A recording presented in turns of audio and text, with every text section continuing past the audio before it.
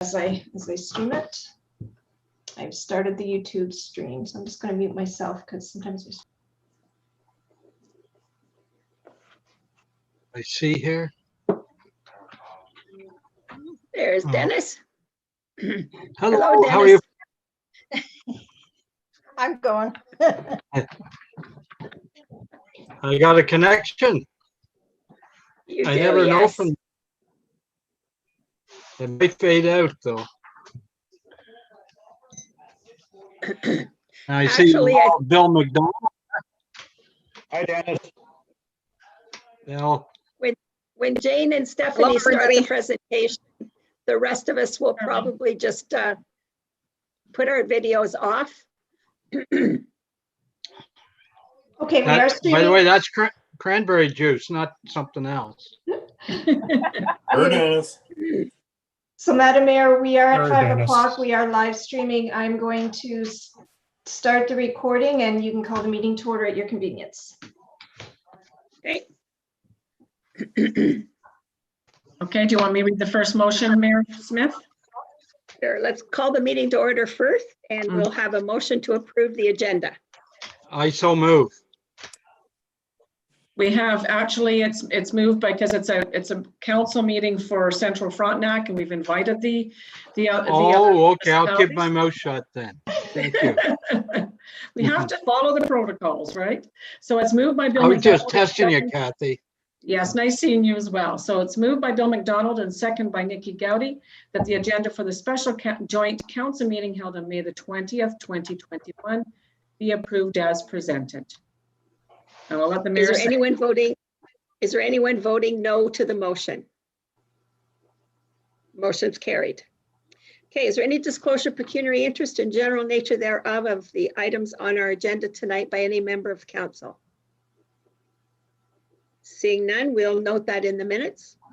Mayor's remarks. My remarks is simply to welcome everyone to this joint meeting and to welcome Jane and Stephanie, who we have been working with for well over a year. It was before the pandemic when we could actually get together in person. We had a few meetings and then we ended with Zoom calls after that. A lot of work has gone into the plan. It's a good read. It's an easy read, and we're so fortunate to have had so many members of our community come to the table and provide input, and not just input, but ideas about how to move forward on different items. So I'm going to turn it over to Stephanie and Jane to walk us through the plan, and then we'll ask questions at the end, I believe, but it'll be up to you gals how you'd like to do it. Thank you, Mayor Smith. Do we have a PowerPoint coming up? Yeah, I'm pulling it up right now. Thank you. Well, thank you very much, mayors and councilors, for inviting us here tonight. It's special because not only are we in Central Frontenac, we're also in North Frontenac, South Frontenac, Frontenac Islands, and Lanark County. That's where Stephanie and I are both here. The wonder of being able to participate in this way through the internet. Anyway, so thank you for having us. Mayor Smith was quite right that we've been at this for almost a year and a half, meeting with your really quite wonderful partners that you have across all of the Frontenac townships. And it's been our pleasure to help build a network of people who are really interested in community safety and well-being planning, and people who are willing to come together to work for the people who you call your friends and neighbors, and who are part of your community. So thank you for having us. We really appreciate it. So who are we, except for the women from Lanark County? Stephanie Gray is, she's a 20-year veteran of communications consulting, and she also is the public relations person for the County of Lanark. She's also a college instructor in Lanark County from 2015. She's been coordinating the Lanark County Situation Table and the Community Plan for Safety and Wellbeing.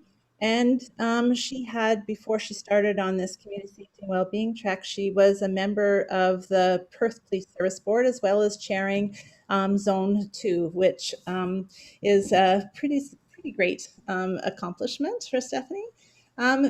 What you have to know about Stephanie is she is the person who has been the champion and the cheerleader for community safety and well-being for years and years. That she's seen as the provincial, the provincial champion for rural municipalities and across the province to municipal planners and to people who are trying to get their plans going, their community plans going. You have to know that you've got the best in Stephanie. I'm just the add along, so we'll put it that way. But my name's Jane Torrance, and I have a consulting business called Big Thinking. And in a side job, I'm the acting regional director for the United Way, representing Lanark and the town of Smiths Falls in East Ontario. For 10 years, I worked as a community coordinator for a planning council for children, youth, and families in Lanark. I've also sat on municipal council for 3 terms, including a term as a county councillor, and was a 8-year member of the Mississippi Mills Police Service Board. Now, you might be wondering why we're talking about police service boards and why that makes a difference, but I think you'll find out that the police service board work does make a difference, as well as the work that we've done in community building and our ties to municipalities, because that's what community safety and well-being plan is bringing all of those 3 things together.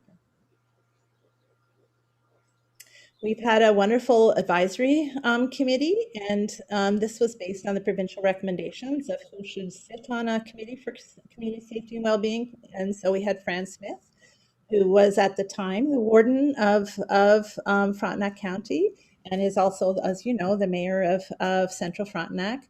Had Staff Sergeant Sharon Brown and Sergeant Jamie Davis from Frontenac OPP, David Harrington from South Frontenac Police Service Board, Heather Mitchell and Kat Riley from the City of Kingston. Heather was representing social services and Kat Riley was representing housing.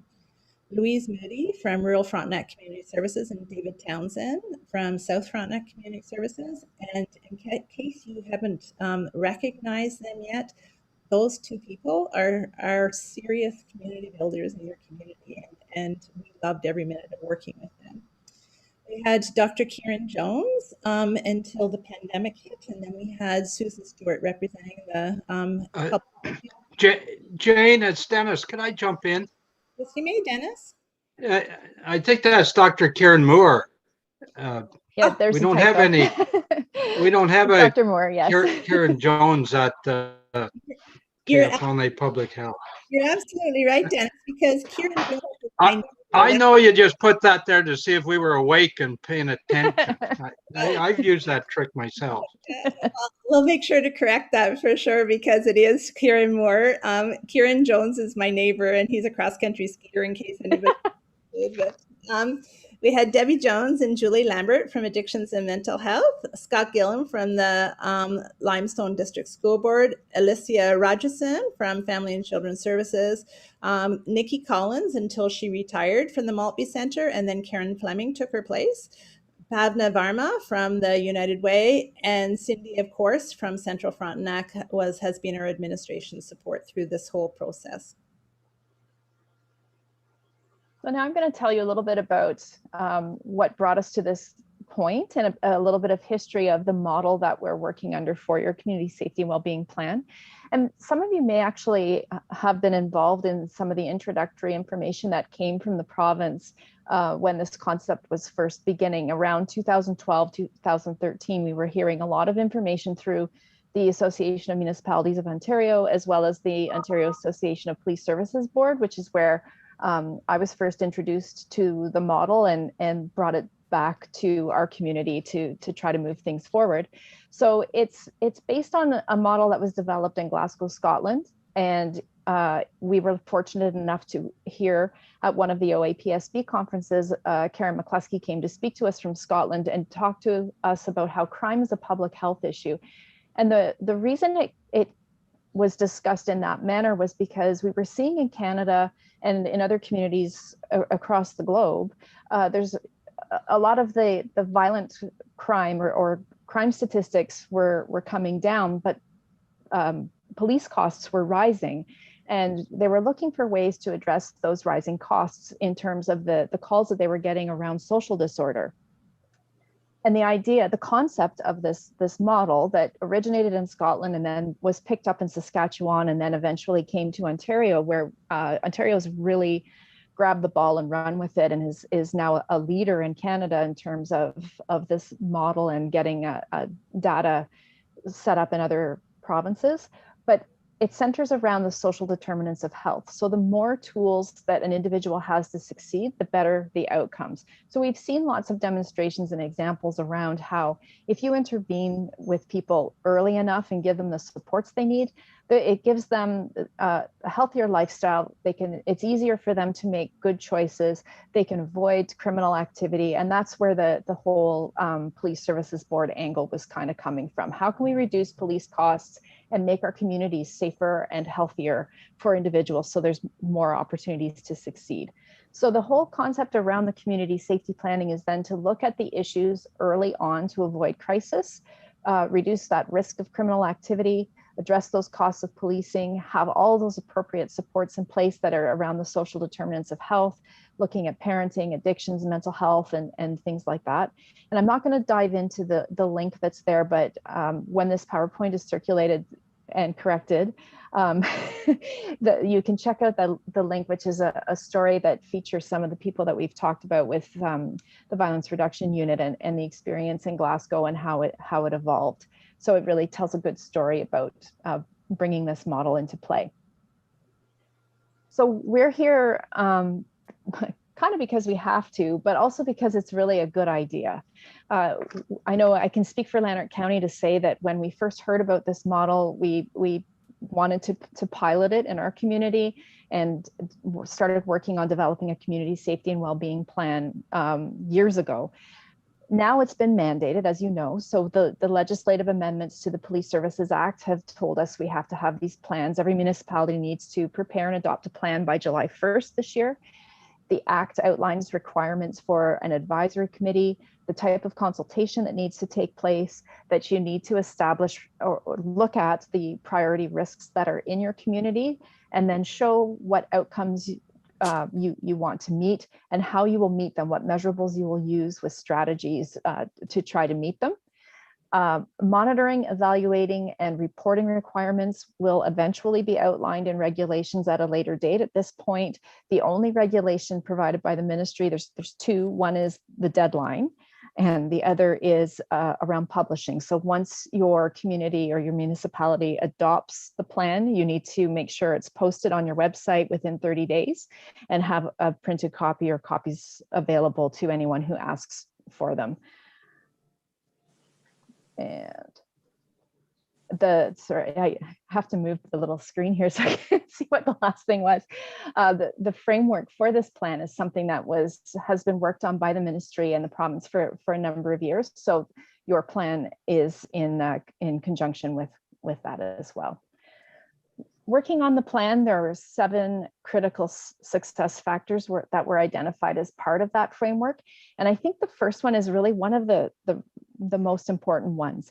The plan has to be strength-based. So when you are developing a community plan for safety and well-being, one of the biggest and most important pieces is to look at what you already have and build off of those assets. So you're not reinventing wheels, you're looking at ways that you might be able to work better together. And I think you'll see that emphasis throughout your plan.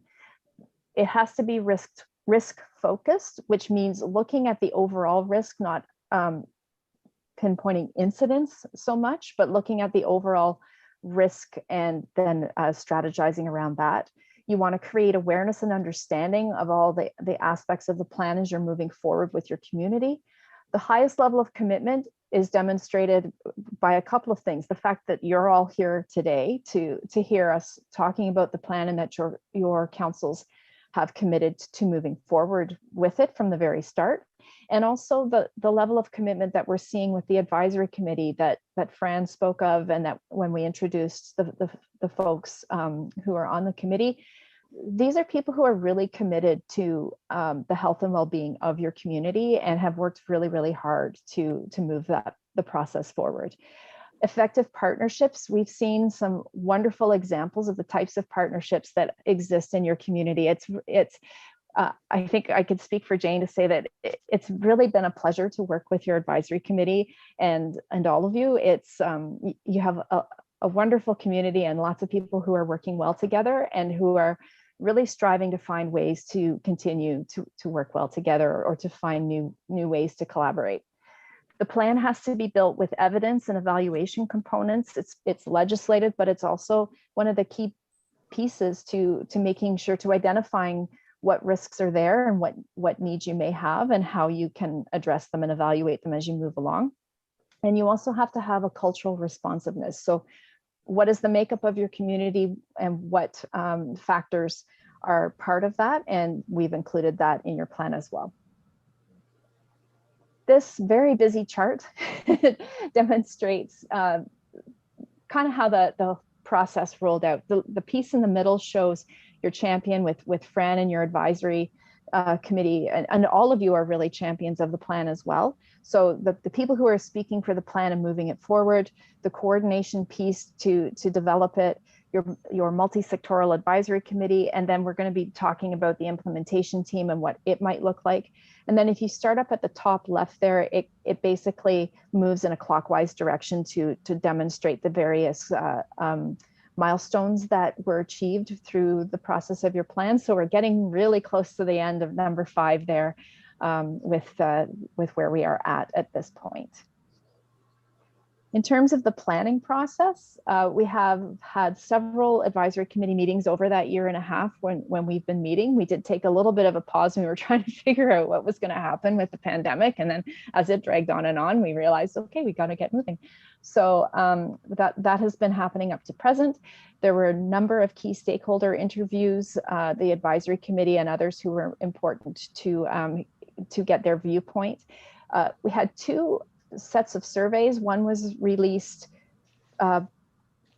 pre-pandemic, and then we redid it and released it again so that we could reflect some of the key issues that were rising out of the pandemic. So we had feedback from those. And we had a partner day where numerous folks attended and were able to give feedback to the risk areas that we had identified so far.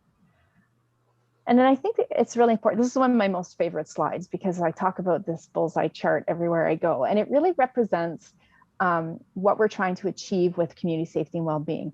So the key component of any good plan is going to be to focus on those green and blue rings where you're building the programs or taking advantage of the programs that you have in terms of social development to give people the tools they need, looking at any prevention aspects where there might be some gaps. And the real key is to try to avoid the need for those yellow and red zones, especially the red zone. So the risk intervention, an example of risk intervention would be your risk watch table, where you're bringing people together to try to avert crisis for people.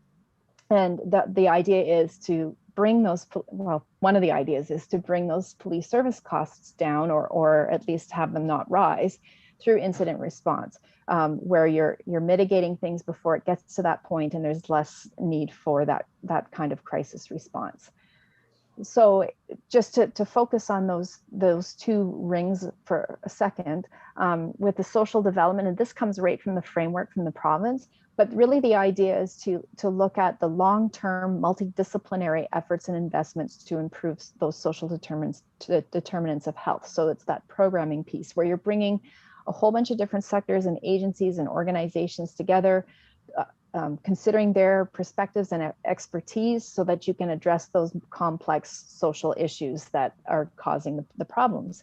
And then also, this is the thinking of outside the box point, where you're challenging conventional assumptions about boundaries and culture and looking at new ways of working together so that you can make people or give people the good health and safety for their community.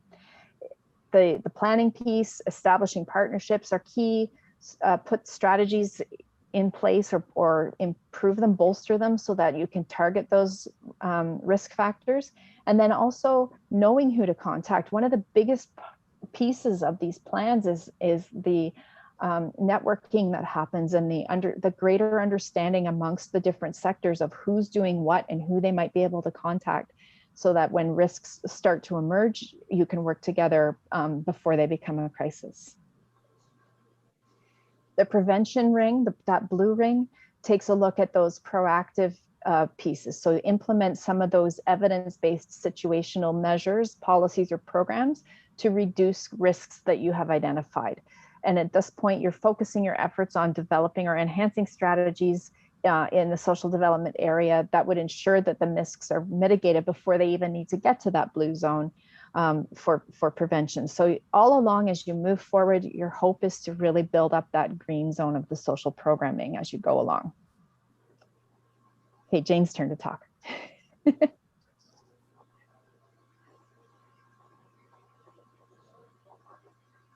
Throughout You muted? Okay.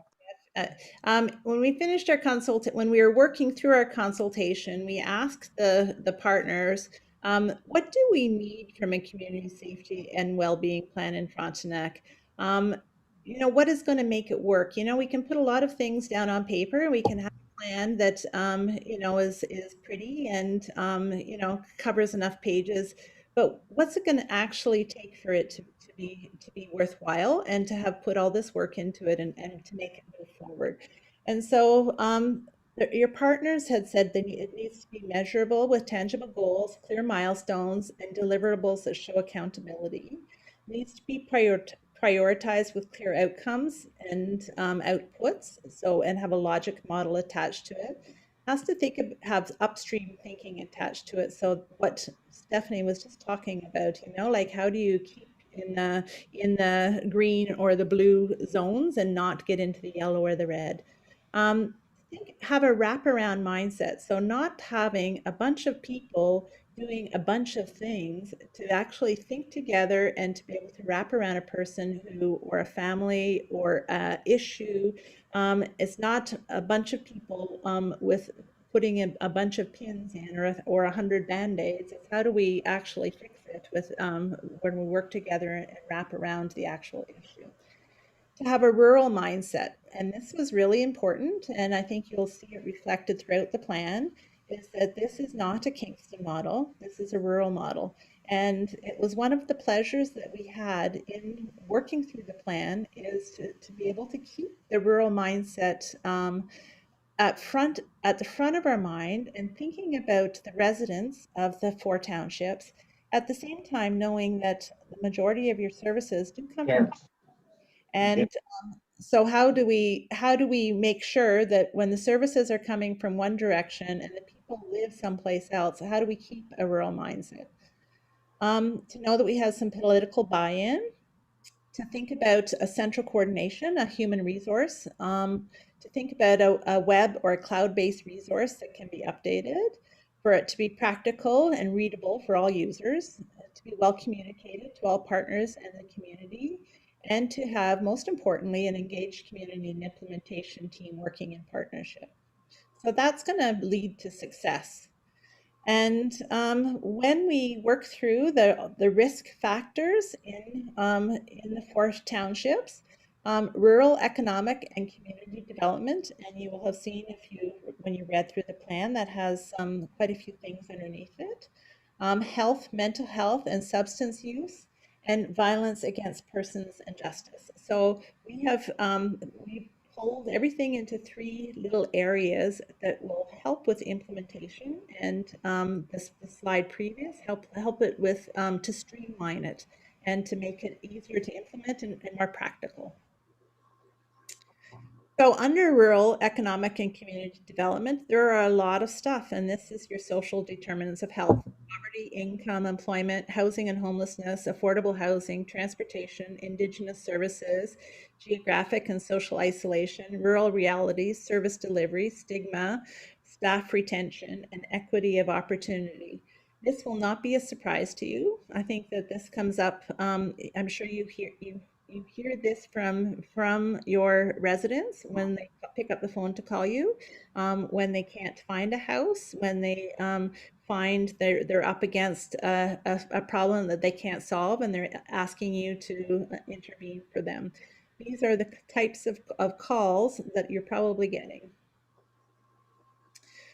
So what we have come up with for strategies, first of all, we had an overarching objective that what we want is for the economic development that's sustainable and continued economic development with increased meaningful employment environment and opportunities for all residents of Frontenac County. And the rationale being prosperity, economic health, and equity. So I think that probably you have similar language to this for economic development and all of your official plans. And so then how will we actually do that? You know, we can put up a lofty goal, and how are we going to get there? So the actions are thinking about creating a regional employment plan, and this is already something that your economic development is working on, to think about how you bring how you act for all of Frontenac, and how you are going to be thinking in a regional way to be able to not only attract employers, but think about people who are living here, how they're going to be employed. And that includes digital networks. You know, people who through the pandemic have started to work online. How do we keep them here? How do we keep the people who are now working in Frontenac who weren't a year and a half ago? How do we keep them here so that they're going to be part of the larger community? And also to create a rural poverty coalition to act collectively to break the cycle of poverty and health inequity. And your community health services have been working on this already, and are looking for a way to work together in a better way. The second hierarching goal is around community development, to think about. So the first was economic development. This is community development.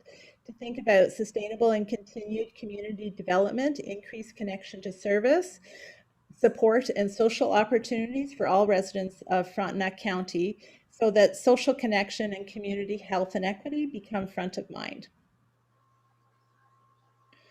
And the actions in this is to develop a rural affordable housing and homelessness strategy. And so this is already in the 10-year housing and homelessness strategy in Kingston, and as your service provider. And so to be able to move that forward on the agenda so that it actually happens in the next 5 years. To review across the 4 townships, municipal policy and planning documents with an eye to affordable or attainable housing, which I think it's important that we know this is about all people. It's not a social housing idea. It's about attainable housing for all residents. And the third thing is to partner with the KFLA Children and Youth Service Planning Committee to move transportation and digital strategies forward. We think it's important that you see, as politicians, we know through EORN and the through the Eastern Ontario Wardens Caucus and the Eastern Ontario Regional Network, and the GIG project is top of mind for you, to think about how you're going to use your partners to be able to advocate on your behalf, so that you're not working in silos of municipalities and partners on the other side receiving the service, but how do you work together to get the service in the first place? So these are really powerful allies that we think that can help you through this. We think that the support of the First Nations people in Frontenac County in their efforts to be self-sustaining, to increase understanding of shared history, and to support the well-being and truth and reconciliation efforts. To develop a cross-sectoral rural staff retention plan. So service providers have told us that it's difficult to find employees who mostly work out of Kingston office and then to service Frontenac. And it's a very, to drive from Kingston down to the islands, to drive from Kingston up to the tip of North Frontenac. It's a huge area. And so they have a hard time finding employees and keeping employees. And so how can they work together? We think of this as really a one meeting thing.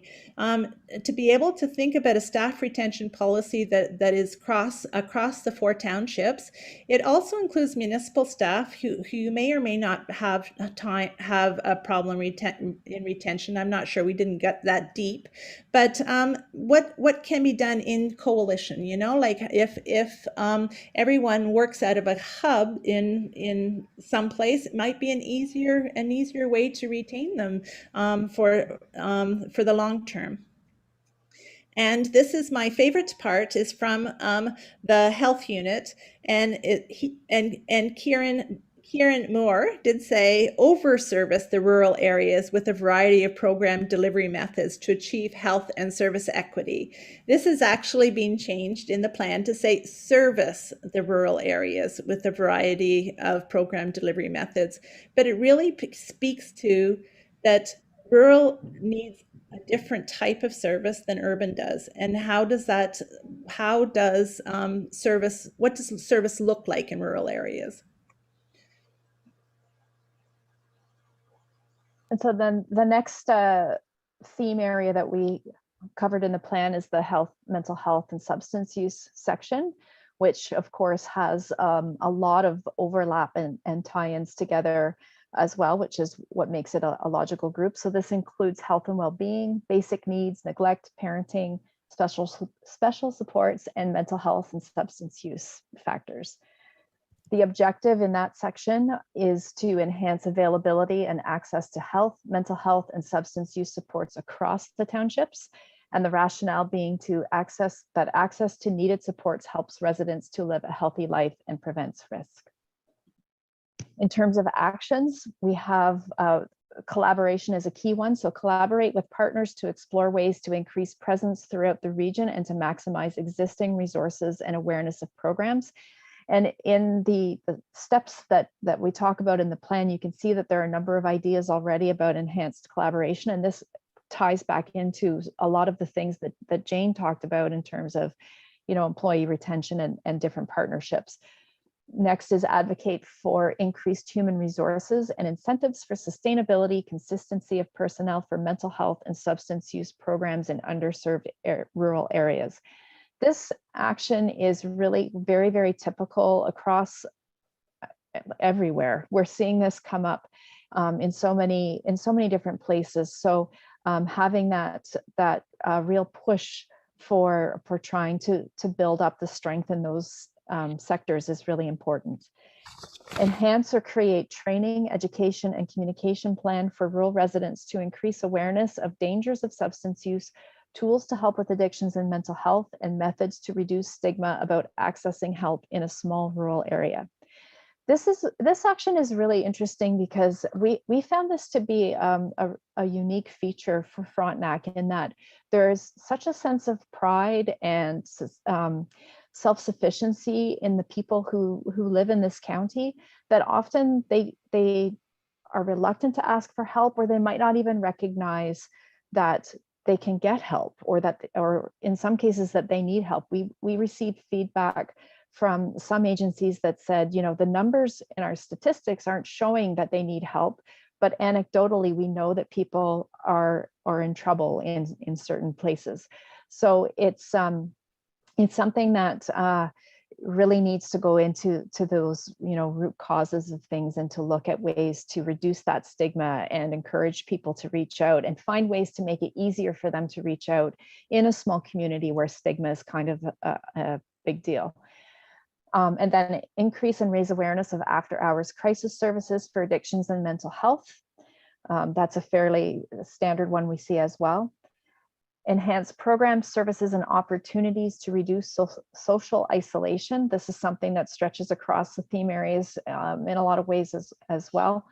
But there's lots of great partnerships that are already happening, and just trying to articulate and move some of those programs and services, build off of them, is important. Reduce wait times and improve access to specialized supports. You can see in the plan that a number of very specialized services were flagged as items that were either outside of the community or had long wait areas. So looking at ways to improve access to those in a more timely way. increased collaboration and privacy protective formats to facilitate wraparound supports for individuals and families. You already have a number of great collaborations in the community. So this action is looking at ways to enhance them, or to get people working more together, or to even have people use some of those collaborations more than they're already being used to meet the needs that were identified. Increase opportunities for a social prescription to support mental and physical wellness. This is something that we're hearing a lot more about, and it actually, through the pandemic, the concept of getting outside and doing good things for health and well-being that way is just one aspect that could be considered in a social prescription. So getting people on board to look at alternate ways to promote that. In the violence against persons section, this focused on physical, emotional, sexual, and domestic violence. The objective for this theme is to prevent violence against persons across all demographics, and the rationale being that preventing violence reduces victimization and its consequences and increases health and well-being. And that goes back to the whole crime as a public health issue mandate that really spurred this whole movement.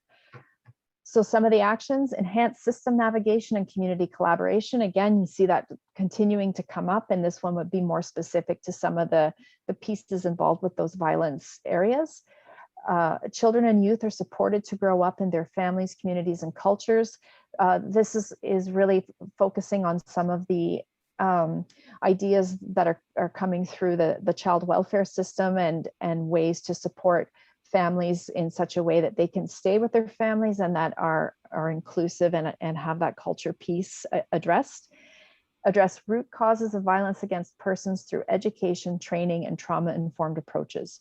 We know that often with domestic violence, with sexual assault, with gender issues, a lot of those things are coming from a place through generations, where you want to look at education and getting people a little bit more aware of the bias that they might have. So looking at some different education and training is a key piece. And that brings us to the implementation teams.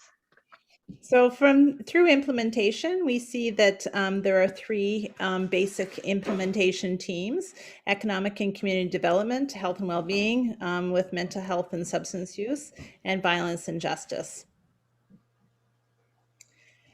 In our consultation, we did ask the question about what is your capacity to implement a safety and well-being plan, because again, it's okay to make one, it's okay to have lofty goals around one, but how are we actually going to, who's going to do the work?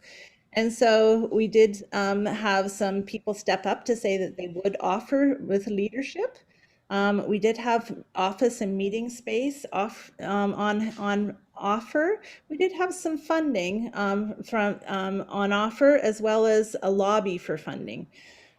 We did have a lot of encouraging of joint service opportunities.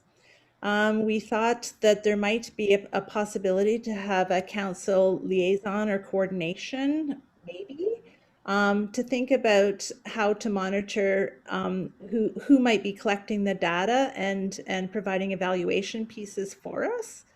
There's a lot of in-kind support, a lot of data sharing. Organizations and programs, they're willing to tweak their program, and so this was part of the stretch that we heard earlier in the provincial goals, is to be able to when services are like this, how can we bring them together so to be able to make them a little bit stronger, because they touch each other, and so how can each organization stretch?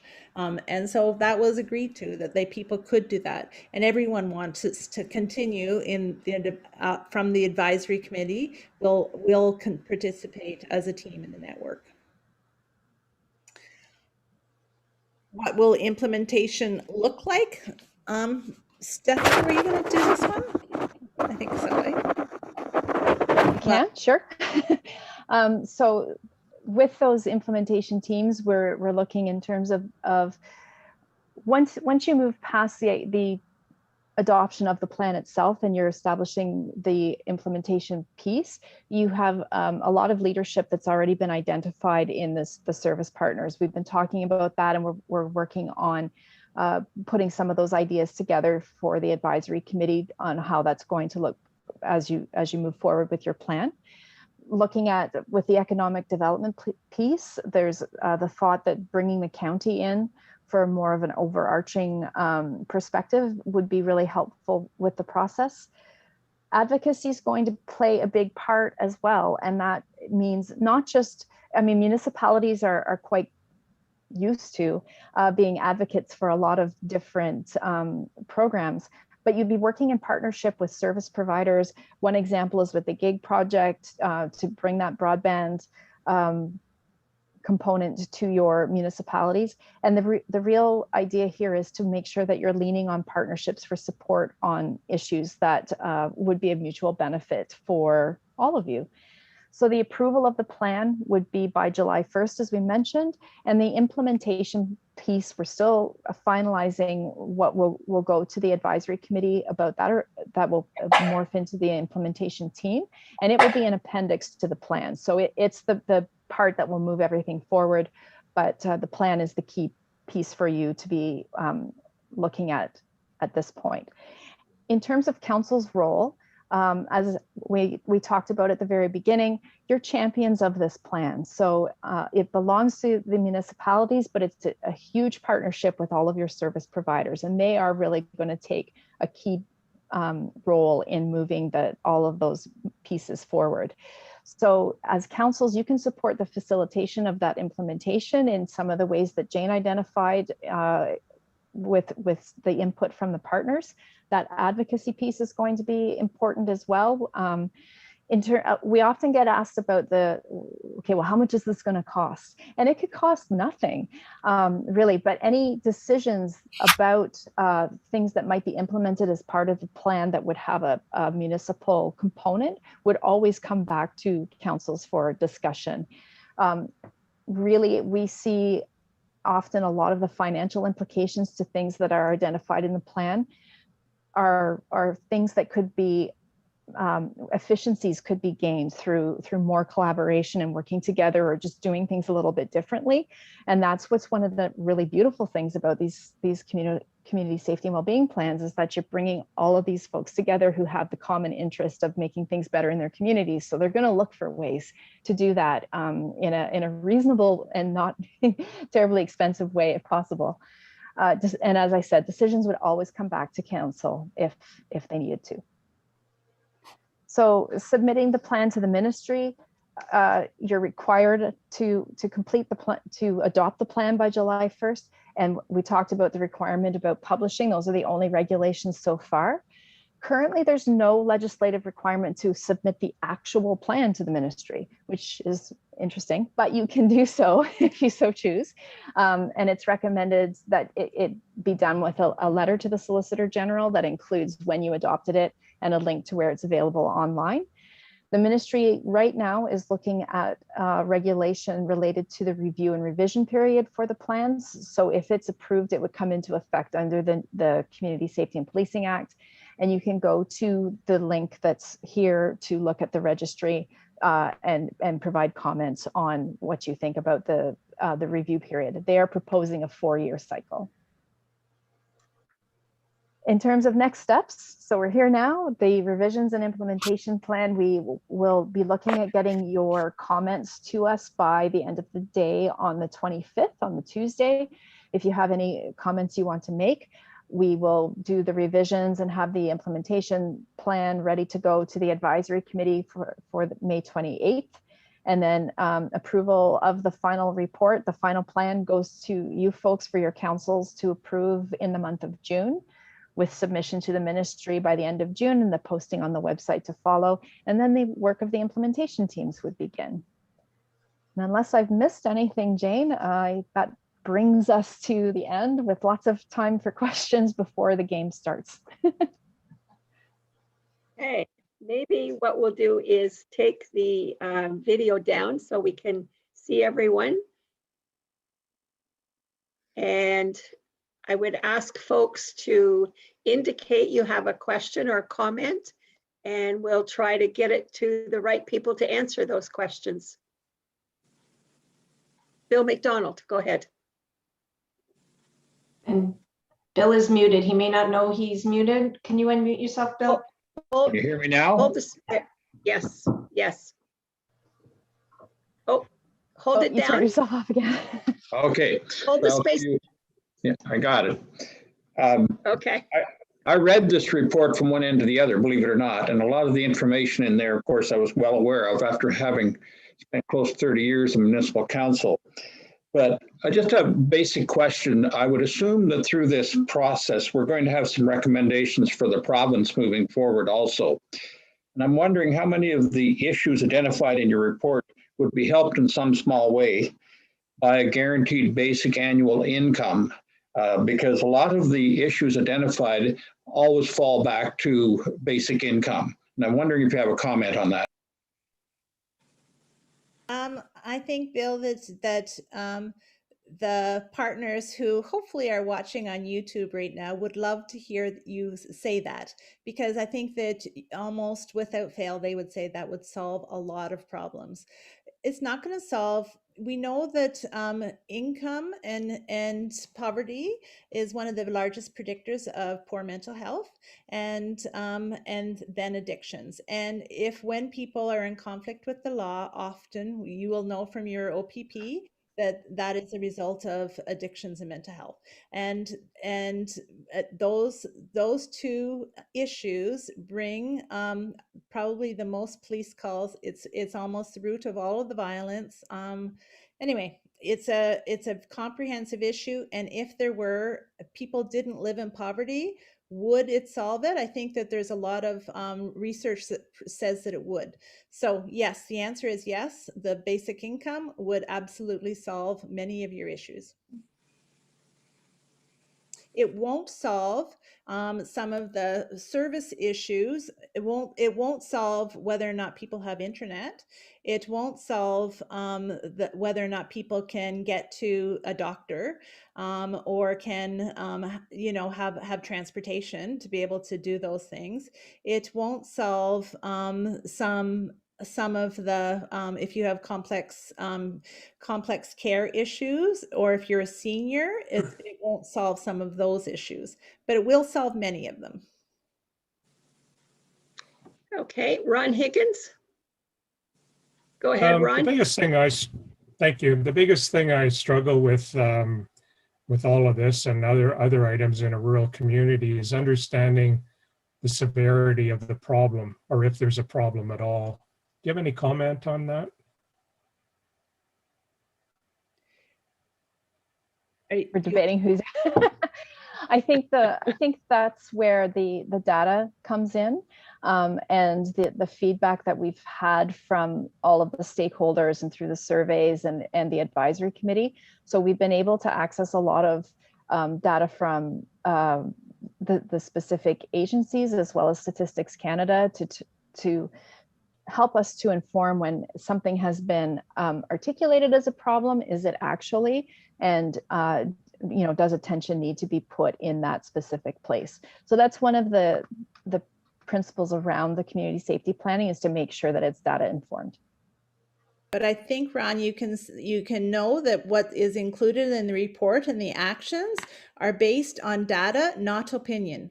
And it sometimes is difficult to tease those two things apart, because a lot of people might have an opinion about an issue and think it's an issue, whereas what does the data really show? So we're confident that this is a data informed approach, and that any implementation will be measured to be able to see whether or not the action will actually help with the problem. Just as a follow-up to that, then let's take homelessness as an example. In our rural communities, it's basically couch surfing is homelessness, not the same as an urban setting. Do we have a good handle on the couch surfing and how big of a problem that is? The data that comes from there, it comes from the counts from the housing and homelessness plan, and there is a count of how many people were couch surfing. They have a by name list as part of homelessness.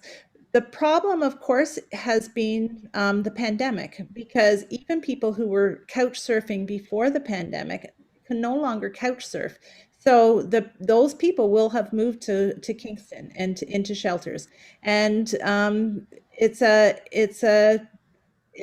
I think the counting of them becomes more difficult. That will be I think a longer time before we actually get the true data and the true cost of the pandemic around homelessness. I think I can add to that as well. The city of Kingston has always had a difficult time to measure the homelessness in rural Frontenac. And the couch surfing is one of the reasons why that is hard to measure. Some of those folks don't see themselves as homeless.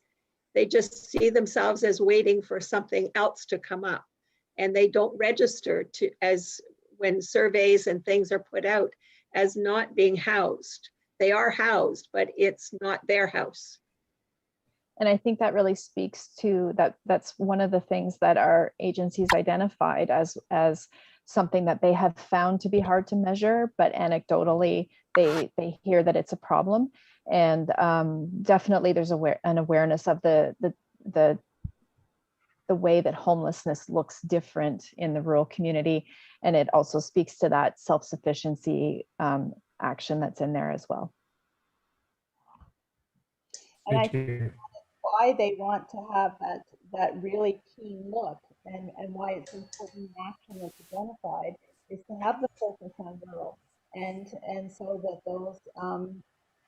those very questions have a better answer.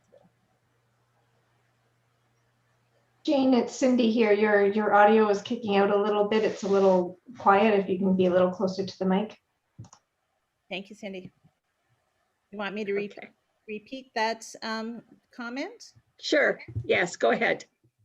I said that I think the reason the action around having the rural housing and homelessness plan is in there is that it was identified by Kingston that was important to have the additional data and the additional strategy for the rural areas. And so, to be able to actually advocate with the city to include that in their next 5 years, and to I think it will give us a better picture. It's that whole piece is huge. We have gathered the data we can. We didn't go out and create data. We didn't do any personal surveys of people who are homeless. Okay. Other questions or comments? Jerry, go ahead. I have a comment. When I see what's happening in Kingston at Montreal Street, the corner of Radio and Railway Street, the community hub, and I look at my township in North Frontenac, the rural area, I thank God I'm here. But I understand where our mayor is coming from, Mayor Higgins. You look around our area and I don't see people wandering around shiftless, nothing to do. I just don't see it here. Maybe I've got my head in the sand or something, but I honestly just don't see that same problem. That's my rant for this afternoon. That's okay, Jerry. You're allowed. Ron, did you have another comment? Yes, I did. Jane mentioned, or I think it was Jane or Stephanie said that there's basically no cost to this, but there's a heck of a lot of staff time involved. Have you tracked that? You know how much it is? We have not done any kind of costing like that, Mayor Higgins. We have put together a draft implementation plan, and that we are going to be sending out to the partners in the coming days to see what parts of this, once we have done revisions, what parts of this are they able to take on. And we see that the bigger costs are probably the poverty reduction strategy, and the United Way is willing to take that on. We see the housing and homelessness plan for the rural areas. That is something that was promised under the Kingston under the 10-year housing plan. Of course, there's a cost to taxpayers because it's a staffing cost that you through your taxes pay for. Direct cost to any of your municipalities at this point have not been identified and or allocated. Thank you. Okay. Anyone else? It's interesting that municipal interests have switched from roads and waste sites and dogs to more social programs. And basically it's the health and safety of our communities. And with these pieces of legislation, it's just pushing us further and further into really getting to know our communities and our residents and what the needs are, more than just the things that municipalities typically supply. So that's where I see this plan has really opened my eyes to all of the things that we need to look at going forward. Ron, did you have something else? Yeah, sorry to hog all the questions here, but don't get me wrong, I'm not against the plan. I think it's a great idea because prevention is a lot cheaper than reaction. So it's a great plan. The next question is related to COVID and the increasing cost of housing, whether it's rental or buying. And I see poverty could be increasing going forward. When you put your data together, obviously maybe it was during COVID, maybe it wasn't, but do you have a mechanism to keep your data current, I guess is my question, to understand the ramifications every 6 months, year to year, that kind of thing? We don't have that mechanism, Mayor Higgins. We relied on the data that was available, and that is 2016 census data. And I think I've referred in the report that it will be very interesting when we get the most recent data from the census back. Of course, we did not go to the granularity of looking at real estate data, which is another level we could have gone to find out what the actual cost of housing is. But that is not someplace that we had the time or the budget to go that deep. But Okay. I think if I might add, that is something that can be part of the mechanism with the implementation team to monitor on a whatever interval you decide you need to take a look at what's happening, and that's part of the evaluation piece for that area. Perfect, Stephanie. Thanks for explaining it that way, because if we rely on census data, it becomes outdated pretty quick. So thank you. I think it ties in with the strategy around the rural homelessness piece of that plan too. You can definitely, you'll be able to identify working with the city on the information that they're collecting as part of their updates as well. Okay. Anyone else? And folks, Looks like Barb is still on. So if anyone does want to speak and want to use the raise hand feature to indicate that, feel free. Looks like Barb is still having trouble connecting with the audio. You hear me? Oh, sorry. Yes, I see you up there. You're in there twice. Yeah. Okay. Is anyone raising their hand? We got a quiet bunch tonight. They must be all hockey fans. Well, they're hockey games and maybe haven't had their dinner yet. So that's maybe a good thing. We should have all our meetings at 5 o'clock. Stephanie and Jane, I want to thank you very much for your presentation tonight. Very clear, and certainly if there's other questions, we can get your email addresses, and the gals will get back to anyone who wants to email questions to them. And then we'll take it forward to our councils in time to meet our deadline that we've worked towards, which is June 30th, July 1st. And Madam Mayor, we do have a resolution with some of that information in it. All right, if you want to go ahead and read that. Okay, it's moved by Tom Dewey and second by Sherry Wan, that the Council for the Township of Central Frontenac, on behalf of the Township of North Frontenac, South Frontenac, and Frontenac Islands, receive the presentation from Stephanie Gray and Jane Torrance and the draft Community Safety and Wellbeing Plan for information.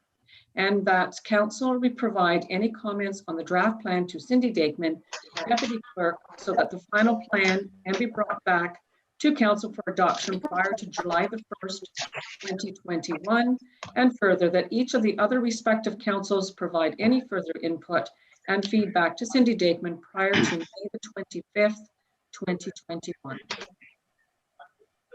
Okay, any questions or comments on that motion? Hearing none, all those in favor? Motion's carried. Madam Mayor, I Okay. see that Dennis Doyle does have his hand up now. Okay, hello, Dennis. Hi, just before we close, I want to thank you, Fran, and Kathy, and Stephanie, and Jane for all that went into this. We appreciate it very much, and thanks a lot. Okay, thanks, Dennis. Okay, if there is nothing else to come before the group, we will have a motion to adjourn. Okay. Anyone have their hands up? Okay, it's Last moved call? by, moved by Thanks, go Victor. ahead. Yeah, moved by Victor Hayes and second by Tom Dewey, that bylaw 2021-34, being a bylaw to confirm the proceedings of the special joint council meeting, be read a first, second, and third time, and finally passed this 20th day of May, 2021. Any discussion on that motion? Hearing none, all those in favor?